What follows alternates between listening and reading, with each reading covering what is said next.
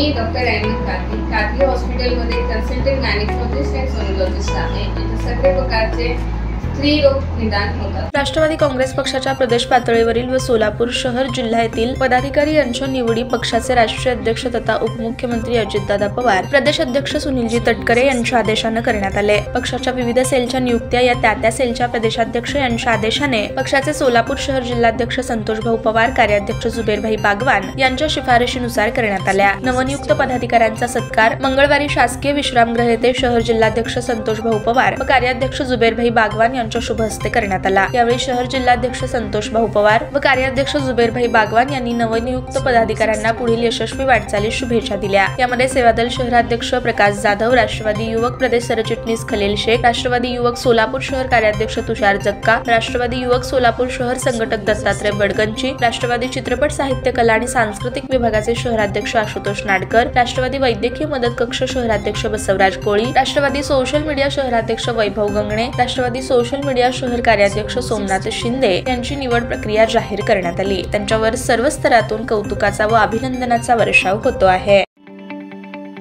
ताज्या बातम्या पाहण्यासाठी प्राईम महाराष्ट्र न्यूज चॅनलला सबस्क्राईब करा।